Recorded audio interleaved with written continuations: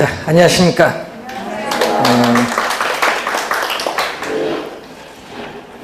자, 백선 문제부터 먼저 풀어보도록 하겠습니다. 이 백선은 원래 마지막 푸는 거 아니에요? 네? 네. 여기 처음부터 풀면 안 되는데.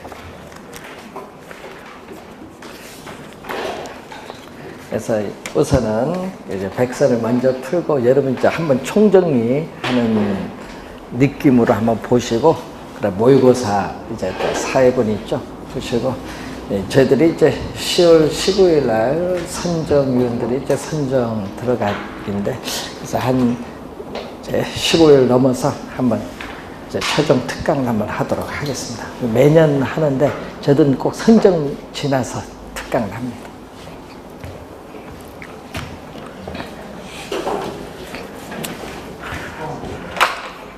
지금 특강해도 여러분 뭐 모를 건 뻔한데, 저들은 이제 중간에 특강을 안 해요. 해봐야 뭐 잊어버리는 건 금방인데, 시험치기 한 열 전에 특강하면 열흘은 가겠죠.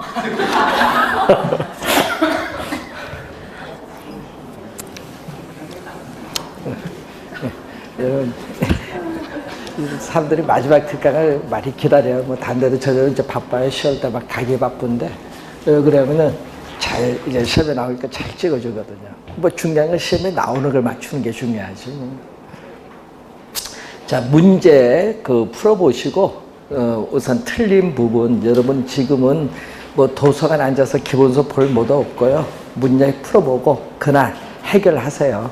틀린 부분을 기본서 교재를 통해서 왜 틀렸는지 그 부분을 정독하세요. 틀린 부분만. 맞은 부분 필요 없잖아요. 맞은 부분 볼 거 없고 틀린 부분. 그런데 나중에 모의고사 치면 또 계속 틀려.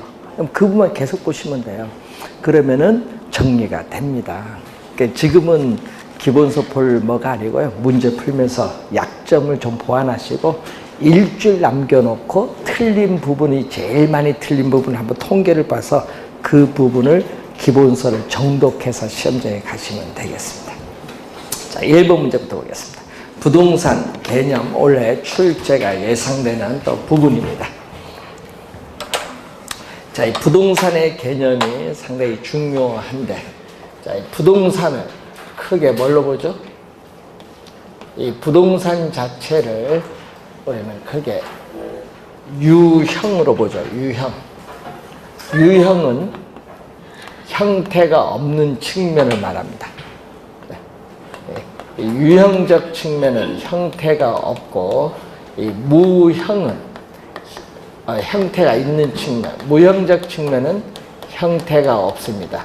그래서 토지의 뭐 지질, 뭐 지세, 집안 등의 상태로 보는 이 기술적 또는 물리적이라고 하죠. 이 기술적 측면에서 바라보는 개념입니다. 자, 무형적 측면에서는 또 부동산 시장에서의 가격 관계를 다루는 이 경제적 측면에서 바라보는 개념이 있고, 또 이 무형적 측면에서는 또 법률적 측면에서 바라보는 개념이 있죠. 이렇게 부동산을 이 기술적, 경제적, 법률적 측면으로 바라보는 것을 우리 앞에 뭐를 붙이죠? 복합 개념, 복합 부동산과 다른 용어입니다. 그래서 복합 개념의 부동산이죠. 이 부동산학적인 개념은 이 복합 개념의 부동산입니다. 자, 우선은 요거 구분을 좀 해두셔야 되겠고, 이 기술적 개념 하면은 이 부동산을 뭘로 보죠? 자연, 그리고 공간, 위치, 환경. 우선 어디 소속되느냐. 작년 시험에 정답을 물었죠. 기술적, 경제적 어디 소속되는지 이해를 하시는 부분을 출제했었죠. 자, 이 경제적 개념은 뭐가 있어요? 자산, 또 자본, 기업의 생산 활동을 위한 공장 부지로 제공하는 생산 요소, 또 소비재, 상품, 이렇게 주어져 있습니다. 자, 그럼 법률적 측면에서 바라보는 부동산 개념. 자, 올해 시험 문제에 이 법률적 개념이 특히 중요하다. 특히 올해 시험은 이 법률적 개념을 좀 신경을 많이 쓰셔야 됩니다. 자, 이 법률적 개념의 부동산은 광의는 넓은 의미의 부동산이라고 해. 자, 이 광의의 부동산은 넓은 의미의 부동산인데, 이 넓은 의미의 부동산은 우선 협의는 뭐죠? 좁은 의미. 자, 이 좁은 의미의 부동산과 뭐를 더해준 거죠? 준 부동산을 더해줘서 우리는 광의의 부동산이다. 자, 이 협의 부동산은 이 민법 조문을 가지고 정의를 내리고 있기 때문에 이 민법상 부동산이라고 하죠. 그래서 가끔 시험 지문에 나오는 게 이 민법, 이 제 99조 제 1항이 나오죠. 자, 시험 문제는 우선 그 1번 지문에 보시면은 틀린 건데, 이 민법상 부동산은 뭐를 의미하죠? 토지 및 그 정착물, 이걸 말하죠. 이 토지 및 그 정착물, 이걸 민법상 부동산이에요. 민법 조문을 가지고 내리고 쉼표 뒤에 있죠. 부동산 이외의 물건은 동산이다. 이거는 제2항이죠. 1항과 2항을 엮어서 출제인데, 우선 출제 자주 되는 질문입니다. 1번은. 그래서 우선 민법상 부동산은 토지와 뭘로 구분할 수 있다? 정착물로 구분할 수 있는데, 이 토지는 공간과 관련이 있죠. 토지는 민법 제212조죠. 토지 소유권은 정당한 이익이 있는 범위 내에서 토지의 상하에 미친다. 토지 소유권의 공간적 범위를 나타내는데, 이 지표권, 지하권, 공중권으로 구성되면서 토지 소유권의 범위를 입체적으로 규정하고 있다라는 거 기억 하나 해두시고요. 자, 2번. 부동산은 권리의 공시 방법이 동산과 다른데, 그 이유는 부동산의 지리적 위치가 고정되어 있기 때문이죠. 자, 여러분이 위치가 고정되어 있기 때문에 법률적 측면에서 부동산과 동산의 공시 방법을 달리하는 근거가 됩니다. 부동산은 등기로서, 동산은 점유로서. 2번 맞고, 3번. 부동산 등기법상 부동산의 동그라미, 부동산 등기의 대상이 되는 물건은 딱 두 가지. 토지 대장의 토지, 건축물 대장의 건물, 두 개밖에 없어요. 토지, 건물 두 개밖에 없다는 거. 이제 등기법에서 배우셨을 거고. 3번 맞는 질문. 4번. 부동산은 등기를 통하여 공신력이 인정되지만 동산은 인정되지 않는다. 4번 정답입니다. 우리나라는 형식적 신사주의를 채택하고 있기 때문에 등기의 공신력은 인정되지 않습니다. 동산은 인정되죠. 그래서 4번 정답이고, 5번 넓은 의미 부동산에는 뭐가 포함된다? 요걸 포함되죠. 자, 넓은 의미 부동산에서는 자, 성립 요건을 보면은 등기, 등록. 자, 등기 또는 등록의 공시 방법을 갖춰야 돼요. 그래서 준부동산의 개념이 뭐죠? 등기 또는 등록의 공시 방법을 갖추고 부동산에 준하여 취급되는 물건이 준부동산. 그 개념을 제일 많이 출제해요. 그리고 종류가 나오죠.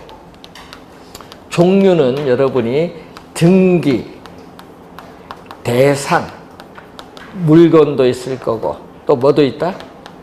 등록, 대상 물건도 있고, 또 등록, 대상, 권리가 있겠죠. 이 종류를 여러분 공부하고 있을 겁니다. 그래서 등기, 등록의 대상이 되는 항공기, 선박, 자동차 등도 포함된다. 즉 넓은 의미 부동산은 뭐를? 준부동산도 포함한다, 이 말입니다. 5번 맞는 질문이고요. 2번 옳은 것입니다. 총통수 10톤 이상의 기성과 범선은 등기가 가능하다. 자, 선박 등기법에 의해서 20톤 이상의 선박만 등기가 가능합니다. 1번 틀린 질문. 2번 토지에 정착된 담장은 토지와 별개의 부동산 취급, 토지와 별개의 부동산으로 취급하니까 틀렸죠. 자, 정착물은 토지와 어떻게 그래요? 분리하여 우리가 독립된 부동산으로 간주되어 별개의 부동산으로 취급되는 독립정착물이 있죠. 뭐 대표적인 게 여러분 뭐가 있겠어요? 뭐 건물이 뭐 대표적이겠죠. 자, 토지의 일부로 간주되는 정착물로서 종속정착물, 지금 나오는 뭐죠? 담장, 뭐 울타리, 뭐 여러분 축대, 예? 교량, 터널, 또 우리 바세도랑, 국어 25에 나왔었죠. 또 매년 경작의 노력을 요하는 우리가 매년 경작의 노력을 요하지 않는 나무라든지 또는 다년색 식물, 예? 자연, 식생은 토지의 일부로 간주되는 종속정착물입니다. 주의해야겠죠. 자, 담장은 토지와 별개의 부동산으로 취급하는 것이 아닙니다. 그래서 2번 틀렸고 3번 부동산은 20년간 소유의 의사로 평원 공연하게 점유하고 등기함으로써 그 소유권을 우리가 취득을 한다. 하자가 없는 질문이에요. 3번 정답. 동산은 용익물권과 담보물권 설정이 가능하다는 거 틀렸죠. 자, 동산은 유치권, 질권만 설정이 가능하고 용익물권인 지상권, 지역권, 전세권 설정할 수 없고 담보물권 중 저당권 설정 못합니다. 네, 틀린 질문. 신축 중의 건물은 사용 승인이 완료되기 전에는 토지와 별개의 부동산으로 취급되지 않는다. 별개의 부동산으로 취급될 수 있습니다. 그래서 틀린 질문. 정답은 3번.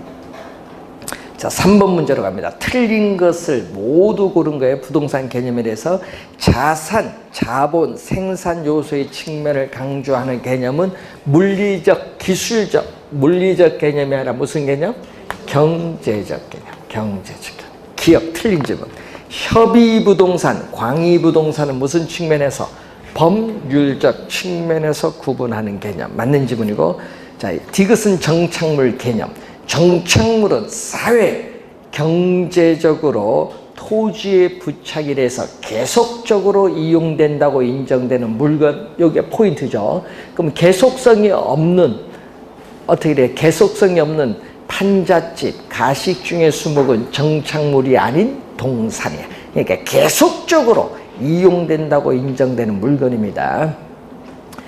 또 정착물이 아닌 것 중에 주의하겠죠. 정착물이 아닌 것 중에 우리 동산으로 분류되는 게 있죠.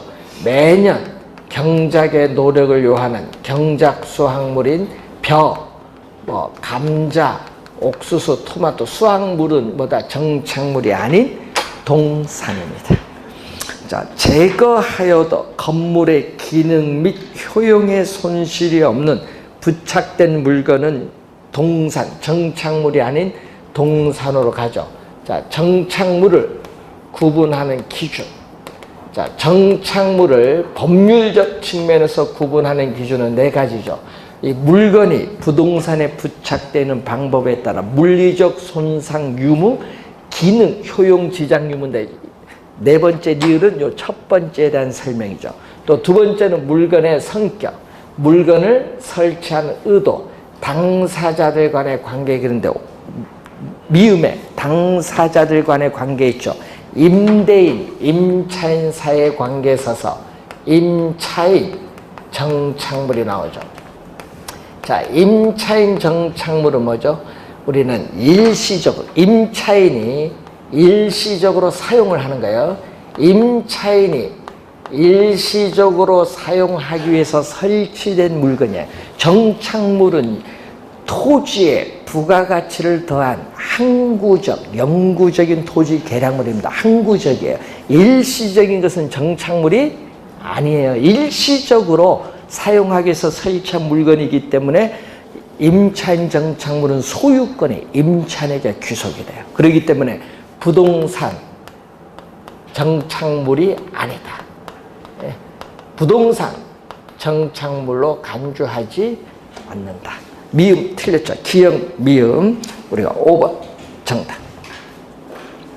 자, 4번 문제로 갑니다. 토지의 용어에 대한 설명으로 옳은 것은 모두 몇 개인가? 자, 이런 문제가 좀 어려워요. 원래 토지 용어도 또 상당히 중요하거든요. 토지 용어 원래 출제할 텐데, 자, 맹지는 시험에 우린 많이 나오는 단골이잖아요. 자, 여러분 우리 시험 문제는 뭐가 단골? 또 맹지가 상당히 단골이에요. 맹지. 뭐 작년에도 나왔지만 하여튼 맹지는 자주 나와요. 사방이 도로에 접하지 않죠. 다른 사람의 토지에 둘러싸여 도로와 직접 만나지 않는, 접속되지 않는 한 필지의 토지를 뭐라고 해? 맹지예요. 맹지인데 사방이 도로에 접하지 않은 공유 토지를 말한다. 여기서 딱 보면 아 맞았다. 함정이 걸려 들어가는 거야. 공유 토지 믿죠? 여러분 공유 토지든 사유 토지든 다 맹지야. 공유 토지, 사유 토지 모두 다 포함합니다. 그래서 함정에 들어가지 않도록 합니다. 기억 틀린 지문. 공유 토지, 사유 토지 다 포함합니다. 니은 후보지는 택지지역 상호간, 농지지역 상호간, 임지지역 상호간 등 동종의 지역 내 동그라미. 내가 떴다 하면은 이행지야. 아직도 그걸 모르는 사람은 큰일 났어.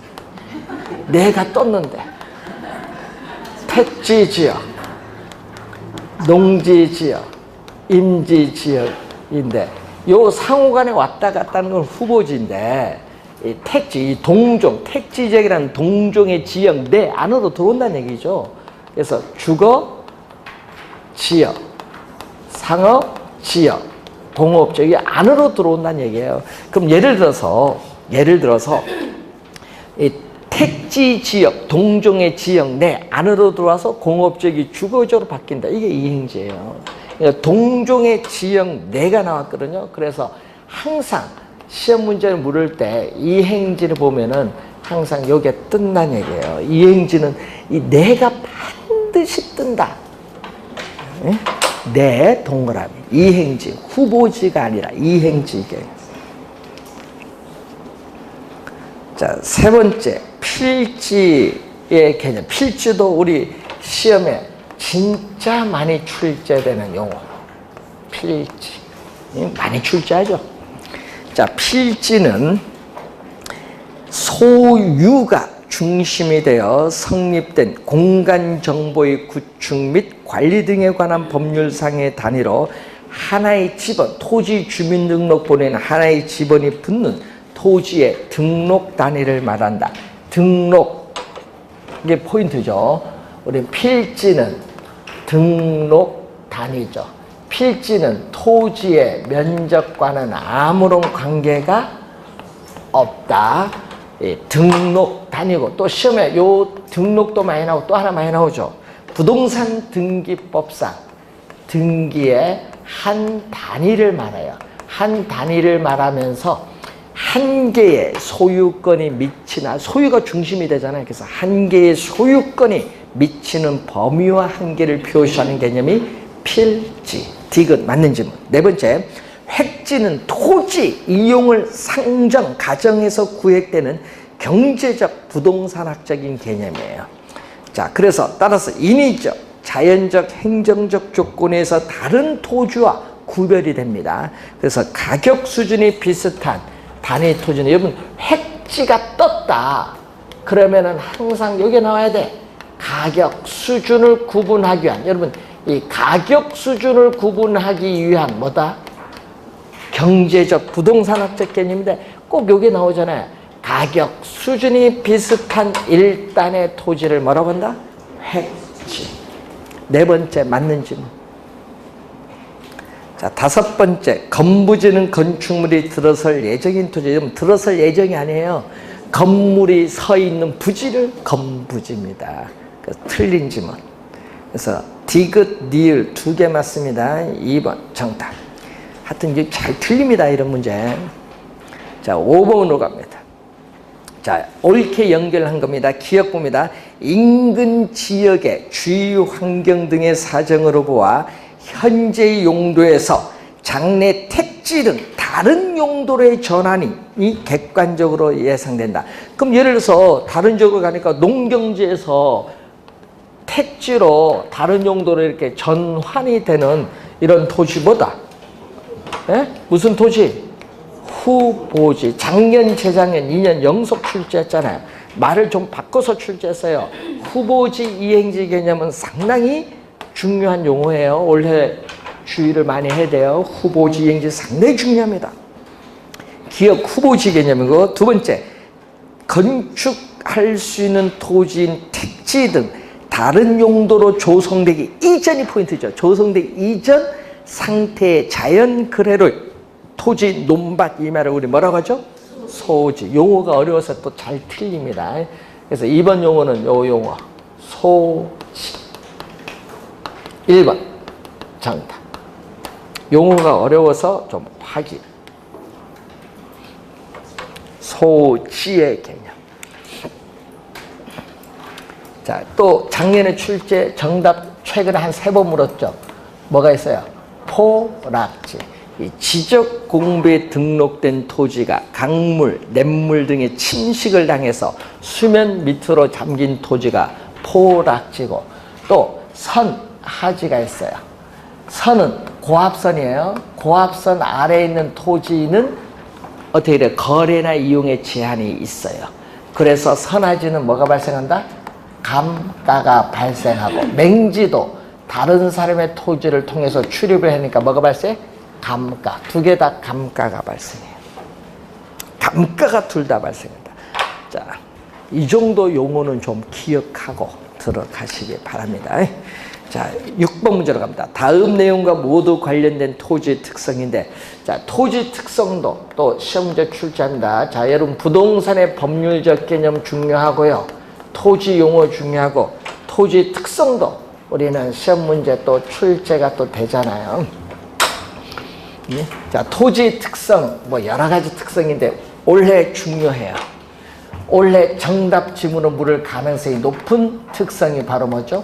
부동성. 올해 진짜 중요하다. 부동성. 자, 부동성은 위치가 고정되어 이동할 수 없어요. 그래서 우리는 부동산 활동 및 부동산 형상을 우리는 국지화시킨다. 국지화, 진짜 많이 나오는 시장의 특성에서도 중요하고요. 또 시험에 많이 나오는 용어 있죠. 위치가 고정되어 있기 때문에 토지를 둘러싼 외부 환경 조건의 영향을 받아서 부동산 가치는 상승할 수도 있고 하락을 할 수도 있는, 또 뭐죠? 외부 효과가 발생하고, 또 위치가 고정됐기 때문에 각종 자료를 수집해서 분석하는 정보 활동뿐만 아니라 부동산이 위치 있는 현장에 가서 확인을 해야 되는 무슨 활동? 임장 활동도 중요시된다. 임장 활동이 나오면은요, 하여튼 부동성이죠. 6번에 3번 정답입니다.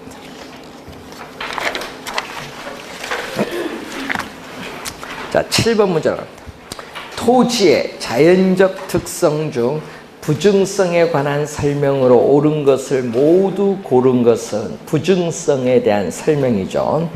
자, 토지는 비소모적 재화이므로 가치 보존력 우수한다. 기억은요, 부증성이 아니라 뭐에 대한 설명? 영속성에 대한 설명.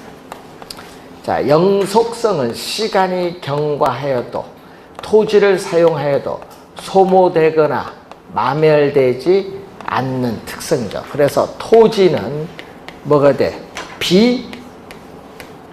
비소모적 재화. 자, 비소모적 재화이기 때문에 사용하여도 가치에 소모가 없기 때문에 가치의 보존력이 우수하고, 이 비소모적 재화이기 때문에 이 물리적 측면에서의 토지의 감가상각이론은 적용할 수 없다. 감가상각이론을 적용할 수 없기 때문에 우리는 토지에 투하된 자본을 또 회수할 필요가 없기 때문에 뭐죠? 우리는 수익환원법에 있어서 직접 환원법의 근거가 되는데 이 지문은 작년에 또 출제했죠. 영속성과 관련이 있어요. 또 토지의 소모를 전제로 하는 재생산이론 사고방식은 토지에는 적용되지 않는다. 영속성입니다. 니은, 집약화죠.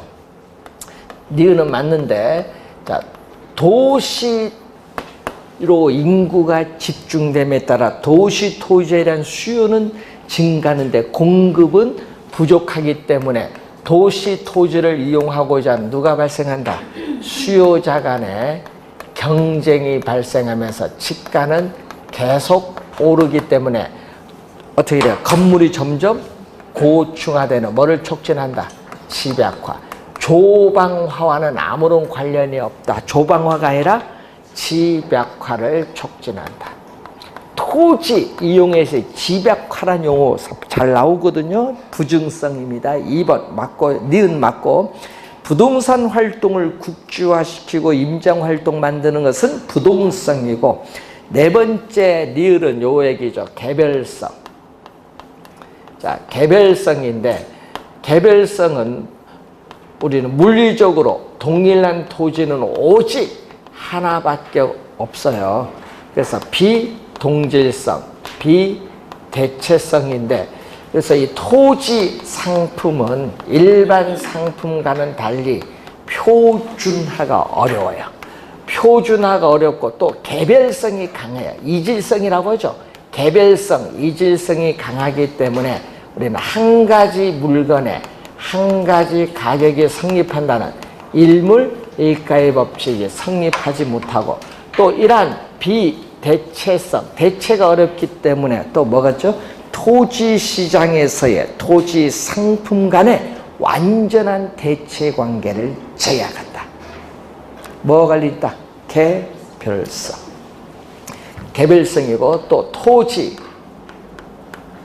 가격이나 수익 등을 또 우리는 개별화, 구체화시켜요. 그래서 개별적으로 또는 구체적으로 우리는 가격을 구하게 된다. 자, 개별화로 인해서 개별 분석의 근거가 됩니다. 자, 다섯 번째, 토지는 생산비를 투입을 해도 물리적 미출. 시험에는요, 가끔 뭘 한다? 생산비를 투입을 해도 물리적, 경제적인 양을 우리는 증가시킬 수 없다 출제하거든요. 보면 맞는 것처럼 보이거든요. 경제적이 들어가면 안 돼요. 생산비를 투입을 해도 물리적인 양은 증가시킬 수 없다. 이게 부증성이야. 그래서 니은, 미음 2번이 정답인데, 문제는 왜 경제적, 작년에 출제했잖아요. 경제적 양은 증가가 가능하죠. 택지 조성에서. 그래서 항상 경제적이 들어갈 때 좀 주의해야 됩니다. 그래서 토지의 물리적 공급은 어떻게 돼요? 이렇게 완전 비탄력적인 공급 곡선을 갖는다. 자, 완전 비탄력적인 공급 곡선은 뭐죠? 수직선이, 공급이 고정됐기 때문에 수요자에 따라 가격이 달라져요. 그래서 시장에서의 균형 가격은 자연스럽게 형성되지 않는다. 그래서 토지의 이 물리적 공급. 자, 이 토지의 물리적 공급은 뭐에서? 토지의 특성주 부증성에서 나타나는데, 물리적 측면에서의 토지 양은 결코 증가시킬 수 없다. 상당히 중요한 또 포인트. 증가가 안 된다는 걸 꼭 기억을 해두시고, 완전 비탄력적일 때는 토지 공급의 가격 탄력성은 또 얼마다? 제로다는 걸 꼭 기억을 해두셔야겠습니다. 하여튼 지문에 뜩 뜨면 작년에도 토지 공급의 가격 탄력성이 0일 경우면 아, 빨리 수직선이구나 이렇게 생각이 떠올라야 돼. 그래야 답이 풀립니다. 자, 6번 문제로 갑니다.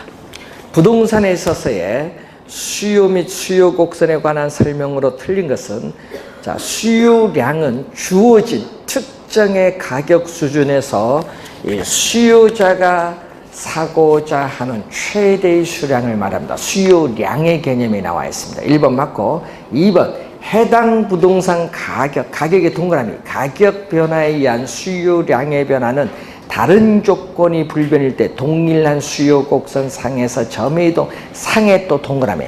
요게 두 동그라미 친 게 키워드란 얘기인데 올해 또 중요하다.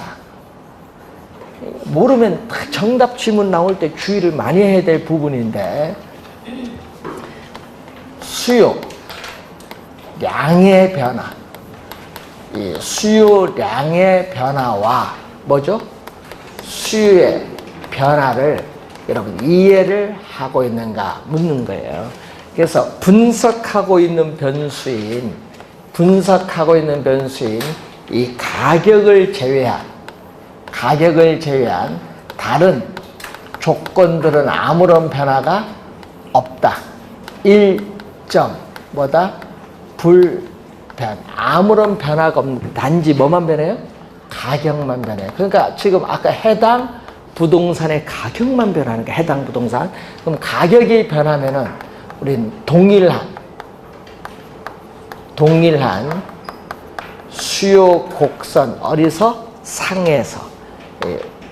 상이란 말이 꼭 나오거든요. 지문에. 상에서 우리는 점이 뭐 한다? 이동을 하는데 키워드는요. 항상 아까 동그라미 쳤잖아요. 가격, 해당 부동산 가격이 변하면 어디? 수요 곡선 상이 떴잖아요. 뜨면은 이때를 우리 무슨 변화? 수요량의 변화. 그래서 여러분 2번은 수요량의 변화에 대한 개념이에요. 2번 맞는 지문이에요. 3번 부동산 가격이 상승하면은 어떻게 돼요? 수요량은 감소한다. 이것을 뭐라고 하죠? 수요의 법칙이에요.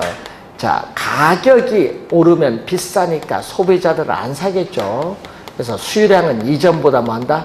줄어들고, 가격이 하락해서 가격이 싸면 소비자들은 어떻게 돼요? 사야죠. 싸니까. 이전보다 수요량은 증가하는데, 이 가격과 수요량 사이의 관계가 반대로 변동하는 것을 우리는 뭐죠? 마이너스, 음의 관계 또는 뭐라고 하죠? 역관계.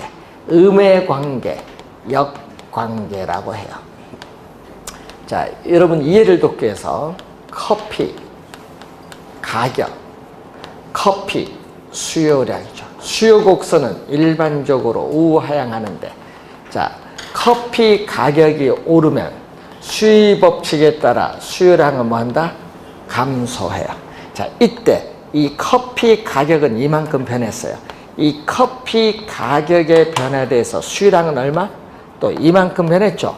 이 커피 가격의 변화에 대해서 수요량이 이만큼 변하는 것을 우리는 전문용어로 가격 효과라고 하는데, 이 가격 효과는 대체 효과와 뭐의 합? 소득 효과의 합으로 구성되어 있다. 자, 예를 들어서 커피 가격이 오르면은 대체 관계에 있는 홍차 가격은 상대적으로 싸요. 그럼 소비자들은 커피 소비를 뭐 한다? 줄이면서 싼 홍차 소비를 늘려요. 이걸 무슨 효과? 대체 효과라고 해요. 대체 효과는 시험에 좀 자주 나오는 용어거든요. 그리고 또 커피 가격이 오르면 실질 소득이 소비자가 하락을 해서 또 실질 소득이 줄으니까 소비를 또 줄여요. 이것을 우리는 소득 효과라. 그래서 가격이 오르면 수요량이 감소하는 것은 대체 효과와 소득 효과로 설명할 수 있다. 여기 3번 설명. 4번 수요자의 소득이 변하는데, 자, 가격은 변화가 없어요. 가격은 불변. 가격은 변화가 없는데 가격 이외의 요인, 위에 일정하다고 가정했던 요인이 변하는 거거든요. 가격 이외의 요인이 변해요. 그러면 가격 이외의 요인이 변하면은 이 수요 곡선 뭐가 돼? 자체가 이동해요. 이 수요 곡선 자체가 이동을 하는데, 자, 예를 들어서 지금 가격과 수요량이 주어진데 수요 곡선은 우하향하는데 가격이 P0일 때 수요 곡선과 만나는 점이 소비자들의 수요량은 Q0야. 자, 그래서 3번 소득이 변하여 수요 곡선 자체가 우측으로 이동했다. 이렇게 수요 곡선 자체가 우측으로 이동을 했다는 것은 이 얘기죠. 소득이 증가해요. 뭐다? 동일한 P0, 동일한 가격 수준에서 수요량이 Q0에서 수요량이 Q0에서 뭐 Q1으로 증가해서 동일한 가격 수준에서 수요 곡선 자체가 이동을 했다. 이게 4번 설명. 동일한 가격 수준에서 수요량이 뭔다? 증가한다. 가격은 변하지 않는 거예요. 동일한 가격 수준.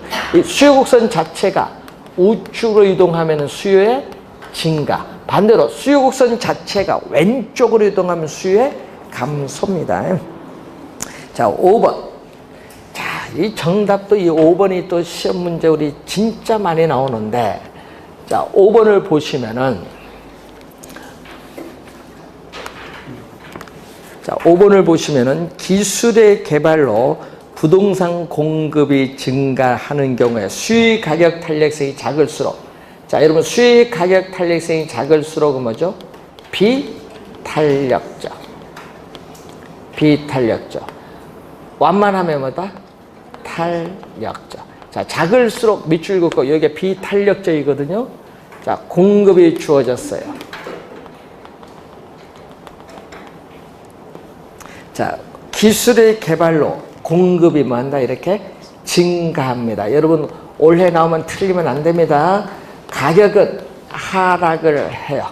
그런데 비탄력적이니까 증가폭은 미미해요. 그런데 탄력적일 때는 가격 변화에 민감하니까 거래량 증가폭은 크고 가격 하락폭은 작아요. 그러니까 비탄력적일수록 가격 하락폭은 더 탄력적보다 더 커지고 거래량 증가폭은 요것보다는 작아지지. 그래서 5번 정답. 5번 질문 진짜 중요하거든요. 잘 공부해 두셔야 됩니다.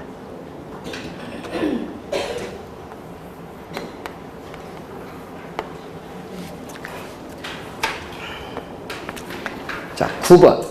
아파트 시장의 수요 곡선을 우측으로 이동시킬 수 있는 요인은 모두 몇 개인가 보는 그러한 내용입니다. 우측으로 이동시킬 수 있는 요인. 수요자의 실질 소득입니다. 실질 소득이 증가하면 수요가 증가해요.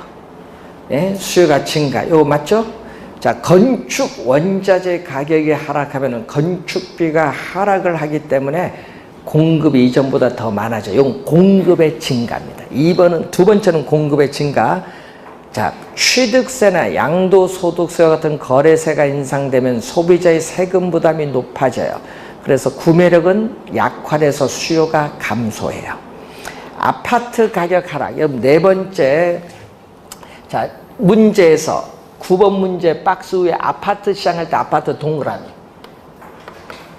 문제를 잘 봐야 돼요. 여기 함정에 걸려 들어갑니다. 자, 이렇게 주어지죠. 그러면 아파트 가격이 하락한다. 이제 A점이거든요. 아파트 가격이 하락하면 수요의 법칙에 따라 수요량은 증가하는데, 이때 아파트 가격이 하락하면 이 A점이 수요 곡선을 따라서 B점을 이동해요. 이렇게 수요 곡선을 따라서 B점으로 이동한 뭐죠? 수요량의 변화지 수요의 증가가 아니에요. 네 번째는 수요량의 변화예요. 그래서 주의해야 돼요. 시험에 나오면. 그리고 아파트의 선호도가 감소하면 수요도 뭔다? 감소합니다. 대체주택, 여러분 아까 네 번째와 여섯 번째 좀 주의해야 되는데, 대체주택은 뭐냐? 대체적인 주택 가격이 하락을 하면요, 아파트 가격은 상대적으로 비싸요. 그럼 비싼 아파트 소비를 줄여야지. 그래서 비싸면 소비를 줄인다. 그래서 아파트 수요 감소입니다. 여러분 여섯 번째 좀 주의해야 되고, 대출 금리가 하락하면 이자 부담이 낮아지죠. 구매력은 높아져서 수요는 증가. 그럼 수요 증가 2개. 반대로 수요 감소는 몇 개? 3개. 수요 증가는 2개, 수요 감소는 3개. 1번 정답. 자, 10번 문제로 갑니다. 아파트 수요의 교차 탄력성을, 아파트 수요의 가격 탄력성 얼마? 자, 가격 탄력성이 얼마죠? 1.4. 여러분 1을 기준합니다. 1을 기준으로 하는데 1을 기준으로 1보다 크면은 탄력적. 1보다 작으면 뭐다? 비탄력적. 자, 수유의 가격 탄력성과 총수입의 관계에 있어서 탄력적일 때는 수요 곡선이 완만할 때 뭐다? 탄력적. 자, 이때 이 가격과 이 수요량을 곱한 이 빗금친 부분의 면적이 뭐가 돼? 총수입이야. 총수입인데 탄력적일 때는 수요 곡선이 완만합니다. 네 번째 늘 보세요. 다른 조건이 불변일 때 아파트 가격이 뭐한다? 상승을 하면, 자, 아파트 가격이 상승하면은 탄력적일 때문에 가격 변에 민감하게 반응해서 수요량은 대폭 줄어들었어. 그럼 이 가격과 이 수요량 곱한 어느 면적? 이 파란 면적이거든요. 파란 면적이 총수입이야. 이 파란 면적은 빗금친 면적보다 작잖아요. 그럼 총수입은 줄어들지. 수요량이 대폭 줄어드니까. 그래서 네 번째 니을 맞는 질문. 자, 거기에 기역 갑니다. 기역은 정상제 열등제 나올 때는요, 소득 탄력성 갑니다. 자, 아파트 수요의 소득 탄력성이 얼마? 소득 탄력성 1.2. 1.2예요. 1.2는 0보다 크거든요. 여기는 뭐를 기준? 소득 탄력성은 0을 기준하거든요. 0보다 크면 정상제. 그래서 기역 맞아요. 기역, 니을 3번이 정답인데 기역은 또 맞는 지문. 요것도 맞고 요것도 맞다. 자, 여러분 정상제는 뭐예요? 소득이 증가할수록 수요량이 증가하는 상품이에요. 자, 그런데 거기에 니은 보세요. 니은. 자, 니은을 봤더니 뭐가 나와 있다? 아파트 뭐가 나왔어요? 세시가 나왔는데 세시를 보면은 싸시죠? 자, 교차 탄력성. 세시 가격에 있어서의 변화율. 상품이 다르면 교차거든요. 아파트 수요량 변화율. 이렇게 상품이 이렇게 다르면 교차 탄력에서 분모는 가격, 분자는 반응을 나타낸 수요량. 이 값이 얼마다? 지금 마이너스 1.5. 또 수요의 수요의 교차 탄력성도 뭐를 기준? 0을 기준으로 판단돼. 0보다 작아요. 마이너스. 이 말은 우리는 보완제야. 아파트와 세시는 보완제. 예? 보완제는 뭐죠? 우리가 세시 가격이 오르면은 수요량은 감소하는데 보완제인 아파트 수요량도 감소한다. 이 말이죠. 이렇게 화살표가 반대로 변동할 때를 우리는 마이너스 값, 보완제. 그래서 니은 틀렸고요. 자, 아파트 수요에 또 디귿 보시면은 요거는 틀린 지문. 자, 또 뭐가 나오죠? 우리는 아파트 오피스텔 가격 변화율에 대해서 아파트 수요량 변화율이 나오죠. 얼마예요? 값은 0.9. 또 뭐를 기준? 0을 기준으로 했을 때 또 뭐보다? 우리는 0보다 크죠. 이 말은 얘기거든요. 오피스텔 가격이 오르면 아파트 가격은 상대적으로 싸니까 아파트 수요량이 증가해. 같은 방향으로 변동하면 플러스거든요. 이때 아파트, 오피스텔은 서로 어떤 관계? 대체 관계는 상품. 그래서 디귿도 틀렸어. 니은 디귿은 틀린 지문이고 기역 니은은 맞는 지문. 뭐 계산하는 문제가 아니라 판단하는 문제. 예? 여러분 수요의 교차 탄력성은 대체제 보완제와 관련이 있고 수요의 소득 탄력성은 정상제, 열등제와 관련 있고 수위 가격 탄력성은 탄력적, 비탄력적에서 총수위, 수위 가격 탄력성과 총수위 관계를 물을 때 사용합니다. 이해하는지 여부 확인하는 겁니다. 자, 11번 문제. 다음과 같은 조건 하에서 아파트에 대한 수요 함수가 Q, D는 마이너스 2P, 앞에 6자가 빠졌네요. 2P 플러스 6Y 플러스 100, 6자가 빠져서 6을 포함시킵니다. 자, 이렇게 주어졌을 때 P는 얼마다? P는 가격은 5, Y는 소득이에요. 5일 때 수요량은 얼마죠? 그러면 마이너스 2 곱하기 5 플러스 6 곱하기 얼마? 5 플러스 얼마?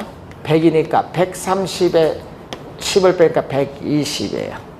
자, 소득 탄력성 얼마?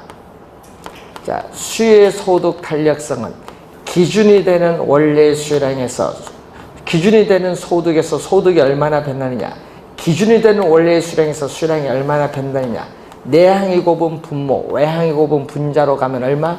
우리는 델타 얼마? y분의 델타 q 곱하기 q d분의 y. 이게 qd 수요량이죠. 자, 이때 요게 뭐냐? 요게 우리는 델타 y가 0에 가까이 가면 미분 개념이에요. 예? 그래서 미분 개념인데 문제는 요 q를 y에 대해서 요 y에 대해서 미분하라는 얘기예요. 근데 변수가 두 개 있을 때는 p를 어떻게 상수로 보고 상수 미분하면 제로예요. 그래서 요걸 하면은 미분을 한 거거든요. 편미분을 하는 거예요. 이렇게 q들을 미분하면 1차 함수일 땐 그냥 플러스 6이 나와요. 요건 다 제로, 상수. 그래서 요 앞에 있는 값은 요 값 플러스 6이 나오고 곱하기 QD 얼마? 120이 나오고 Y 소득 5. 그래서 정답은 30, 120이니까 4분의 1, 3번 정답.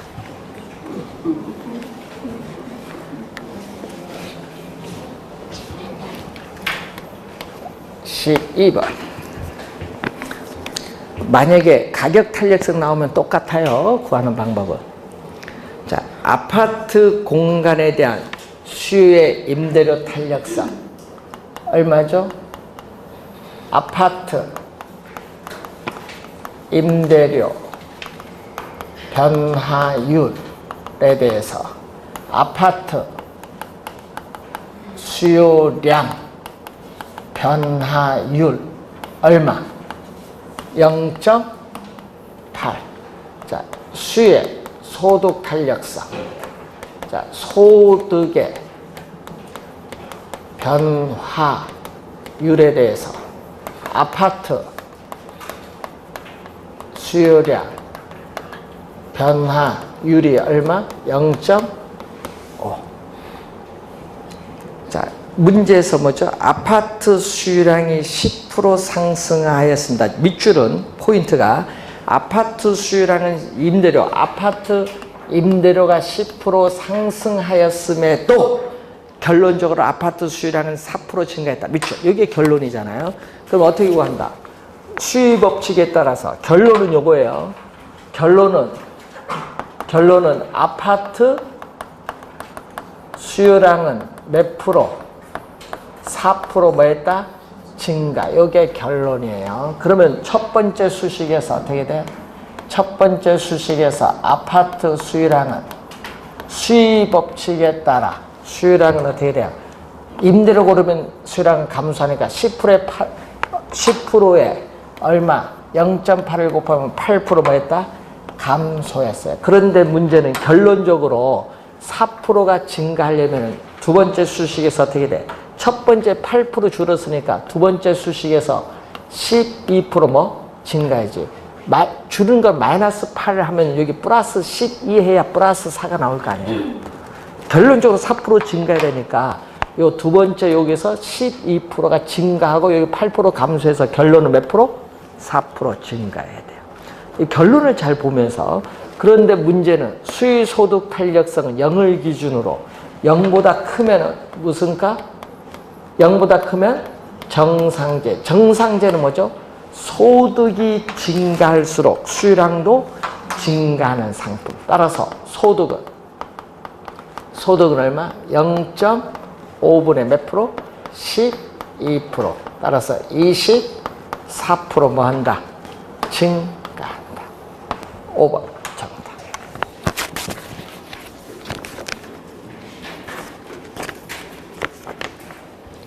자, 13번.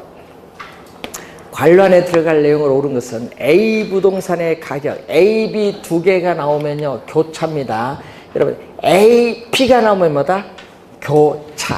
분모는 뭐다? 분모는 자극을 주는 가격이고, 분자는 반응을 나타내는 수요량. 자, A 부동산의 가격 변화율에 대해서 B 부동산의 수요량 변화율을 묻는데 얼마? 자, A 부동산의 가격이 5% 뭐 한다? 상승할 때 B 부동산의 수요량은 몇 프로? 3% 증가한다. 자, 이렇게 같은 방향으로 변동하면 뭐죠? 같은 방향으로 변동하면 플러스 얼마? 5분의 3, 0.6. 0보다 크니까 무슨 상품? 대체관계다. A, B 두 부동산은. 예를 들어서 아파트 가격이 오르면 오피스텔 가격은 상대적으로 싸서 오피스텔 수요량이 증가한다. 이 말이겠죠. 대체제. 자, 두 번째는 소득이 나오면 뭐죠? 소득이 나오면 소득 탄력성. 자, 소득의 변화율에 대해서 이번은 뭐에 대해? C 부동산에 대한 수요량 변화율을 묻는데 소득은 얼마? 자, 소득이 우리 10% 증가할 때 수요량은 몇 프로? 2% 줄어들었다. 화살표가 반대로 변동하면 마이너스. 마이너스인데 10분의 2니까 0.2는 0보다 작아. 0을 기준으로 0보다 작으면은 이 상품은 열등제. 소득이 증가했을 때 수요량이 줄어드는 상품은 열등제. 근데 여러분, 대체제 열등제도 중요하지만 요 계산하는 값 묻는 문제도 주어질 수 있잖아요. 계산 값도 알아둬야 돼요. 자, 시험 문제 지금 13번, 12번 문제, 이런 문제인데 지금 소득 가격 탄력성, 소득 탄력성 이용한 문제를 풀어봤어요. 그런데 여러분, 작년에는 뭐를 물었어요? 작년 시험은 수의 소득 탄력성과 수의 무슨 탄력성? 교차. 요걸 물었어요. 작년 시험은요, 수의 소득 탄력성, 교차 탄력성 이용한 문제. 12번 형태처럼 수의 소득 탄력성, 교차 탄력성 이용한 문제를 냈으니까 그럼 다음에는 뭐가 내겠어? 다음에 내면은 수의 뭐 가격 탄력성과 수의 뭐 교차 탄력성 이용하는 문제도 낼 수 있겠지. 수의 가격 탄력성 또는 수의 교차 탄력성 이용하는 문제도 낼 수 있고, 아니면 세 개 다 수의 가격 탄력성, 수의 소득 탄력성, 수의 교차 탄력성 세 개 다 이용하는 문제도 출제할 수 있어요. 이런 문제는 여러분이 이제 앞으로 모의고사를 통해서 확인을 해볼 겁니다. 자, 13번까지 풀었습니다. 14번 경기 변동인데 잠시 쉬고 시작하겠습니다.